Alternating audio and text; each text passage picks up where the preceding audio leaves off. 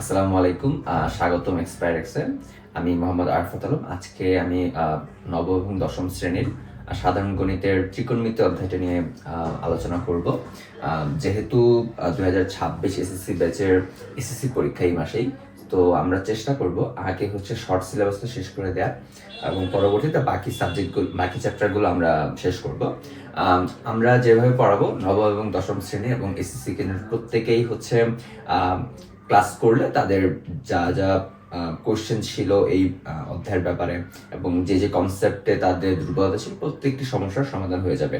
আমরা প্রথমে বেসিক আলোচনা করব, তারপর অনুশীলনী আলোচনা করব, তারপর সৃজনশীল প্রশ্ন সলভ করে দেওয়ার চেষ্টা করব। সো যদি আমাদের ক্লাসগুলো রেগুলার দেখতে থাকো তাহলে তোমার হচ্ছে কোনো ধরনের প্রবলেমেই আসলে সমস্যা হবে না। সো আমরা দেরি না করে শুরু করি। সো আজকে আমরা আলোচনা করব ত্রিকোণমিতি নিয়ে। ত্রিকোণমিতি তোমরা যদি তোমাদের বইয়ের প্রথম পেজটা পড়ো তখন হচ্ছে প্রথম পেজে তোমাকে ট্রাইগোনোমেট্রির এটাকে 3 ভাগে ভাগ করেছে। এই 3টা ভাগে ট্রাই মানে 3, গণ মানে হচ্ছে ধার এবং মেট্রি মানে হচ্ছে পরিমাপ। 3 ধার পরিমাপ, ট্রাইগোনোমেট্রি অর্থ হচ্ছে এটা হচ্ছে গ্রিক শব্দ থেকে এসেছে। তো তোমরা দেখবা যে এই 3টা ধার আসলে দেখতে কেমন। ফর এক্সাম্পল, এটা একটা কি ত্রিভুজ, এটা একটা সমকোণী ত্রিভুজ। তো এটা হচ্ছে আমাদের সমকোণ। ধরো আমি হচ্ছে এটাকে আলফা থিটা ধরলাম, এটা ধরো আমি হচ্ছে এটাকে আলফা ধরলাম, ঠিক আছে। তো এখন ধরো এটাকে লেটস সে এটাকে এ, এটা বি এবং সি ধরলাম। তো এখন আমি ম্যাথ করার সময় যখন আমি কোণ হচ্ছে এটাকে ধরবো তখন এটা হবে হচ্ছে আমার ভূমি, এটা হচ্ছে আমার হবে লম্ব এবং এটা সবাই জানে অতিভুজ হবে। এই কনসেপ্টটা আমাকে মাথায় রাখতে হবে। আমি যেই কোণটাকে থিটা ধরবো সেই কোণ অনুযায়ী আমি হচ্ছে আমার ভূমিটা ধরবো। মানে এই যে এই সন্নিহিত কোণটা, এই সন্নিহিত কোণের এই পাশে যে জিনিসটা থাকবে সেই জিনিসটা অলওয়েজ ভূমি থাকবে এবং এর অপোজিট বাহুটা অলওয়েজ হবে লম্ব। ফর এক্সাম্পল, আমি যদি এটার কোণটাকে চেঞ্জ করে দেই,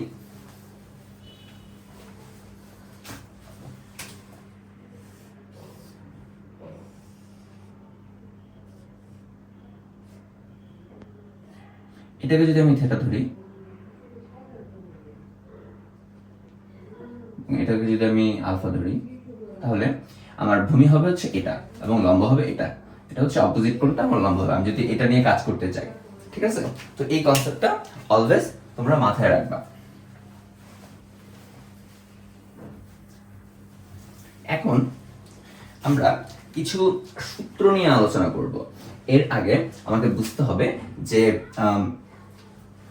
এই ত্রিকোণমিতিতে কিছু টার্ম রয়েছে। এই টার্মগুলো আসলে কি? এই টার্মগুলো হচ্ছে তোমরা হয়তো বই পড়লে বুঝবা, যে সাইন, তারপর কস, ট্যান, এই জিনিসগুলা। তো এই জিনিসগুলো আবার একটা ত্রিভুজের লম্ব ভূমি কি নিয়ে গঠিত, এই জিনিসগুলো আমাদের বুঝতে অসুবিধা হয়, মনে রাখতে অসুবিধা হয়। তো এর জন্য আমরা একটা সূত্র ব্যবহার করতে পারি, একটা মনে রাখার জন্য একটা লাইন মনে রাখতে পারি।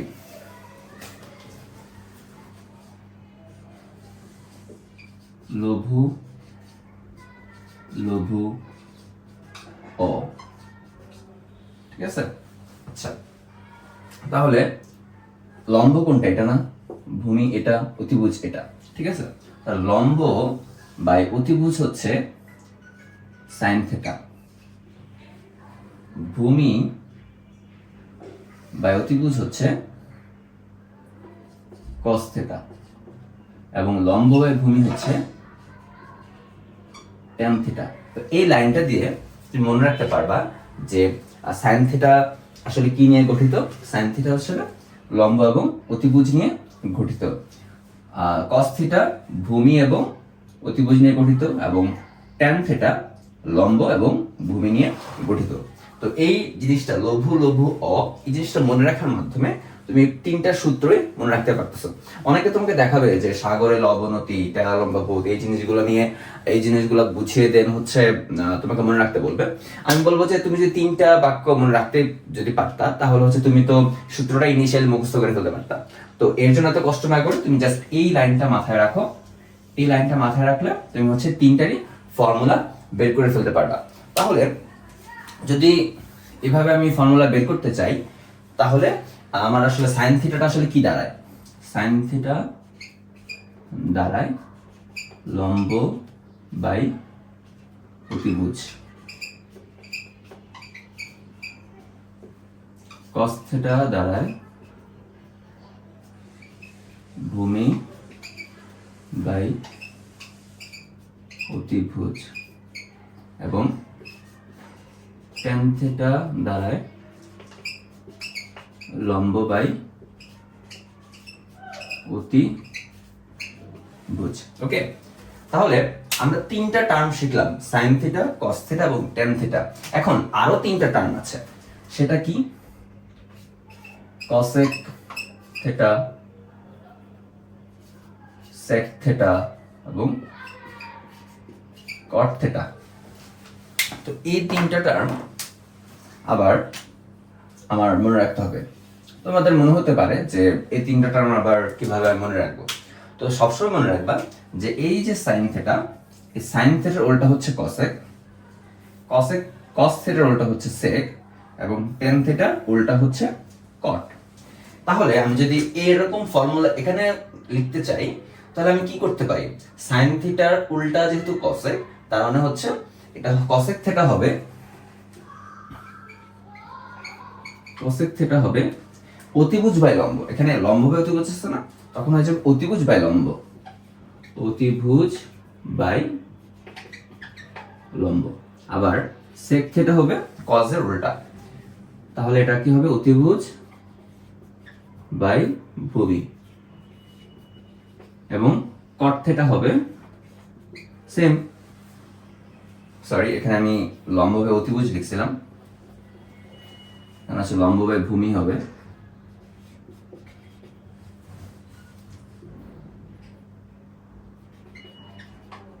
এটা হবে ভূমি বাই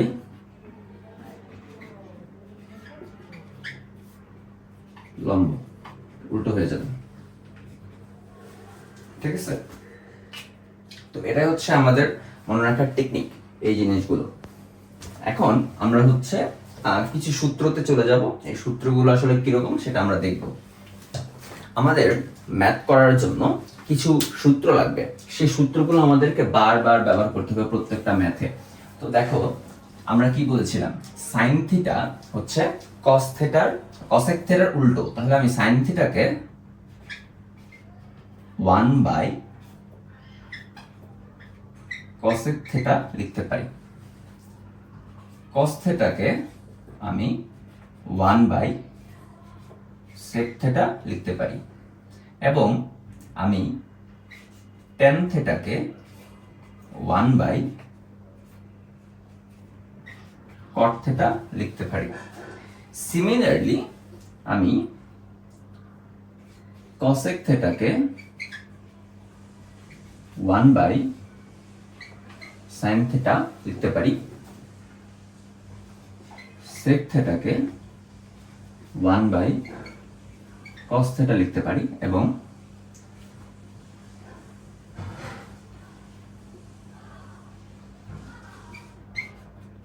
কট থিটাকে 1 বাই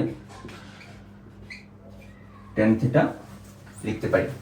এই তিনটা জিনিস আমি মানে এই 6টা জিনিস তোমাদেরকে মনে রাখা লাগবে, যে তোমরা ম্যাথ করার ক্ষেত্রে অনেক সময় দেখা যাবে যে আমার সাইন থিটাকে কসেকে নিতে হবে, তখন আমি 1 বাই কসেকে নিয়ে ভেঙে ফেলবো, বা কসেক থিটাকে আমাকে সাইন থিটাতে নিতে হবে, তখন আমি 1 বাই সাইন থিটার রূপে ভেঙে ফেলবো। আরো দুইটা জিনিস আছে, সেটা হচ্ছে টেন থিটাকে আমরা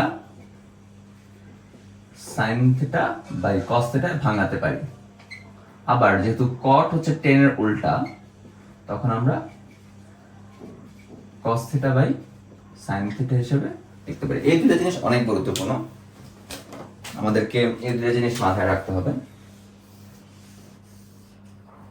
ঠিক আছে? তো এই জিনিসগুলা মাথায় রাখলে তুমি মোটামুটি ম্যাথ করতে পারবা। এছাড়াও আমাদের আরো 3টা সূত্র আছে, এই 3টার ফর্মুলা আমি তোমাদেরকে দেখাবো। তো এই জিনিসগুলো খাতায় লিখে ফেলো, তোমাদেরকে পরবর্তী ম্যাথগুলো করতে সুবিধা হবে।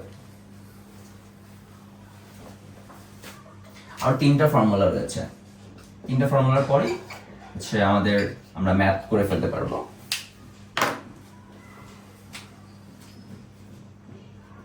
sin squared theta plus cos squared theta is equal to 1, sec squared theta minus tan squared theta is equal to 1, cosec squared theta minus cot squared theta is equal to 1। এই 3টার ফর্মুলা তোমাদেরকে must মনে রাখতে হবে, এবং এই 3টার formula থেকে আরো দুইটা করে ফর্মুলা নেওয়া যায়। এটা আমি দেখিয়ে দিচ্ছি।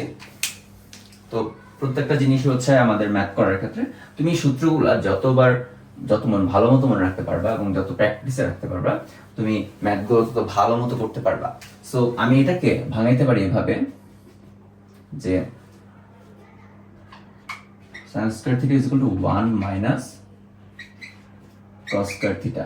আবার আমি এটাও লিখতে পারি যে cos squared theta is equal to 1 minus sin squared theta।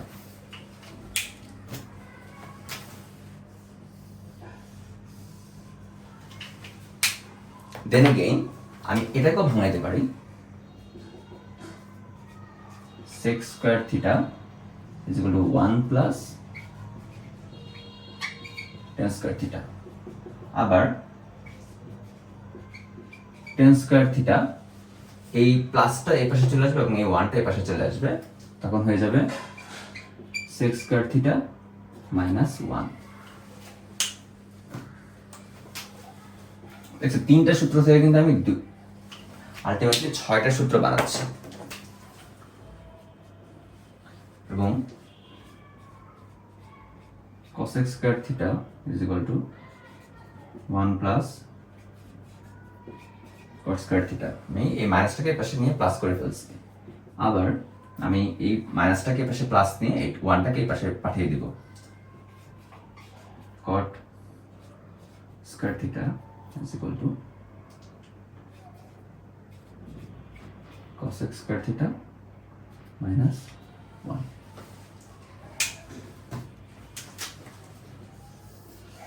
এই সূত্রগুলো তুমি যদি মনে রাখতে পারো এবং এই 3টা সূত্র মনে রাখলে তুমি বাকি 6টা সূত্র কনভার্ট করতে পারবা। সো যখন তুমি ম্যাথ করবা তখন অলওয়েজ যখন আটকে যাবা তখন আগে এই 3টা সূত্র লিখবা, এবং 3টা সূত্র লেখার পর সাইডে লিখে দেন চিন্তা করবা যে এই সূত্রগুলোকে আমি কিভাবে কনভার্ট করে কোন ম্যাথে কিভাবে ইউজ করতে পারি। সো এই চিন্তা ভাবনাগুলো করবা, এই চিন্তা ভাবনাগুলো করলে তোমার ম্যাথ করা অনেক বেশি ইজিয়ার হয়ে যাবে। তো এই পর্যন্তই ছিল আজকে আমাদের বেসিক আলোচনা। পরবর্তী ক্লাসে আমরা ম্যাথগুলো করবো, অনুশীলনী ম্যাথগুলো ধাপে ধাপে করতে থাকবো, এবং আশা করি আমরা শেষ করে ফেলবো খুব ইজিলি। তারপর আমরা সৃজনশীলগুলো প্র্যাকটিস করবো। সো এতক্ষণ এক্সপেরিয়েন্সের পাশে থাকার জন্য অসংখ্য ধন্যবাদ। আশা করি তোমরা ক্লাসটা মনোযোগ দিয়ে করবে এবং আমাদেরকে ফিডব্যাক জানাবে। Thank you.